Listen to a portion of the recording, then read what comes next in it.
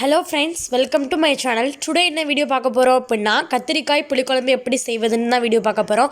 சரி வாங்க வீடியோக்குள்ளே போகலாம். இதுக்கு தேவையான பொருட்கள்: வெங்காயம், கருவேப்பிள்ளை, பூண்டு, தக்காளி, கத்திரிக்காய், வெங்காயம். அப்புறமா புளி ஒரு லெமன் சைஸ்க்குள்ளே புளியை தண்ணியில் ஊற வச்சுக்கணும்.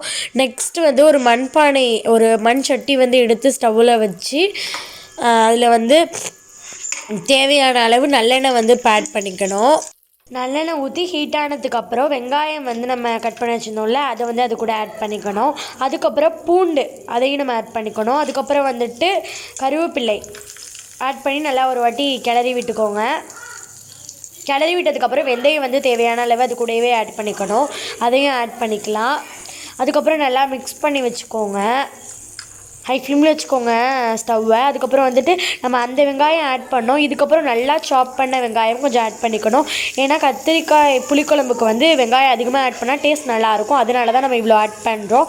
மெயின் இன்க்ரீடியன்ட் கத்திரிக்காயும் இது கூட நம்ம சேர்த்துக்கிட்டு நல்லா மிக்ஸ் பண்ணி விட்டுக்கோங்க. அதுக்கப்புறம் இது கூட தக்காளி நம்ம ஆட் பண்ணிக்கணும்.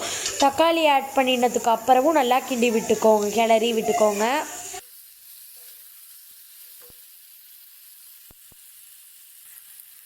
இப்போ உங்களுக்கு பார்த்திங்கனாலே தெரியும், நல்லா ஹை ஃப்ளேமில் இருக்குது. நல்லா காய்கறிலாம் வேவது உங்களுக்கு இதில் பார்த்தாலே தெரியும்னு நினைக்கிறேன். கத்திரிக்காய்லாம் நல்லா வெந்திருக்கு. இப்போது நல்லா கிளறி விட்டதுக்கப்புறம் இது கூட ஜீரகத்தூள் ஆட் பண்ணிக்கணும், ஒரு ஸ்பூன்.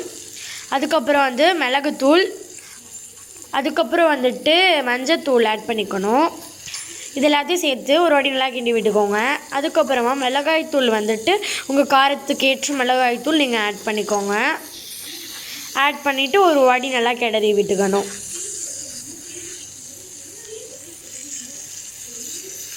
அதுக்கப்புறம் மல்லித்தூள் தேவையான அளவு ஆட் பண்ணிக்கோங்க. அதுக்கப்புறம் இதில் வாட்ரு ஆட் பண்ணி நல்லா அதை கொதிக்க விடணும். நல்லா அப்போ தான் காய்கறிலாம் நல்லா வேகும். அதனால் வாட்ரு ஆட் பண்ணி நல்லா கொதிக்க விட்டதுக்கப்புறம் சால்ட் தேவையான அளவு ஆட் பண்ணிக்கோங்க. கல்லுப்பு ஃபஸ்ட்டு கொஞ்சமாக வாட்டர் ஆட் பண்ணி இது பண்ணிவிட்டு, அதுக்கப்புறம் நீங்கள் அதில் அந்த புளியை கரைச்சி வச்சுருந்தோம்ல, அதை ஆட் பண்ணிவிட்டு நம்ம ஹை ஃப்ளேமில் வச்சு க்ளோஸ் பண்ணி வச்சுட்டு, அதுக்கப்புறம் ஒரு 5 மினிட்ஸ் கழிச்சு நம்ம ஓப்பன் பண்ணோன்னா அது நல்லா கொதிச்சு சூப்பராக ரெடியாக இருக்கும். உங்களுக்கு பார்த்தாலே தெரியும் எவ்வளோ டெம்ப்டிங்காக இருக்குது அப்படின்னு சொல்லி பார்த்தாலே. நெக்ஸ்ட்டு அது கூட தேங்காய் பால் நம்ம ஆட் பண்ணி நல்லா ஒரு வாட்டி கிளறி விட்டுக்கோங்க.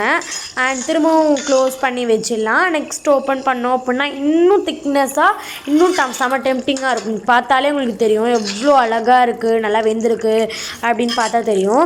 இப்போ இதோட டேஸ்ட் சீரியஸ்லி வேறு லெவலில் இருக்கும். நல்லா மிக்ஸ் பண்ணி நல்லா ஹை ஃப்ளேமில் வச்சுக்கோங்க, அப்போ தான் நல்லாயிருக்கும்.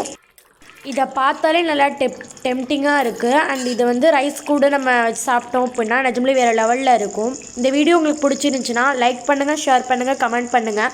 அண்ட் முக்கியமாக சப்ஸ்கிரைப் பண்ணிக்கோங்க. இந்த வீடியோ பிடிச்சிருந்துச்சுன்னா வீட்டில் ட்ரை பண்ணி பாருங்கள். சரி, ஓகே கைஸ், தேங்க்ஸ் ஃபார் வாட்சிங்.